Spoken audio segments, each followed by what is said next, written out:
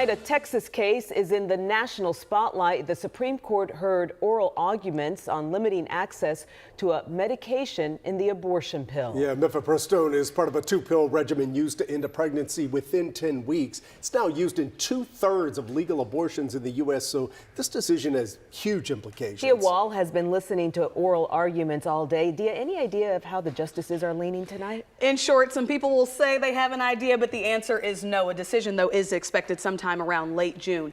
You're going to hear the phrase conscious harm in this story. That's because a group of doctors against the drug are arguing about the harm expanded access to mifepristone could do. The FDA told justices those protections already exist. With protests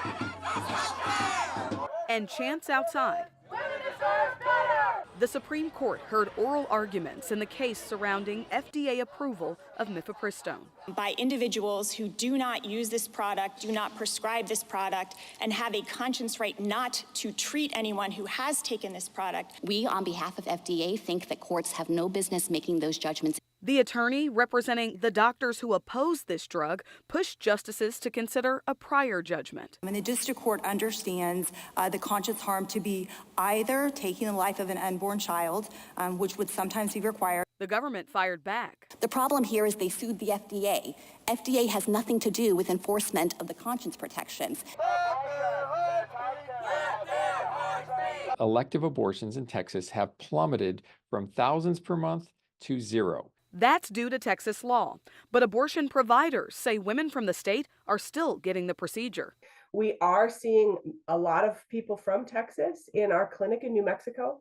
Almost 98% of the people we're seeing in New Mexico are coming from Texas. And come back to Texas with complications that must be treated in Texas hospitals by Texas doctors. It's terrible enough that the unborn child's life is taken, but women's lives should not recklessly be put in danger with unsupervised abortions. Abortion access advocates inside and outside the Supreme Court are asking for concrete examples. They couldn't produce even one person. And so I think it's important to note that there's a theory here that they're playing with, and there's millions of lives at stake of people who have access to safe abortion because of medication abortion right now. The Solicitor General reiterated the ruling from the lower court is the first time any court has restricted access to an FDA-approved drug. This case does have implications beyond mifepristone. The government and drug maker both argued if the restriction is upheld, the decision could significantly impact drug approval and regulation here in the United States moving forward.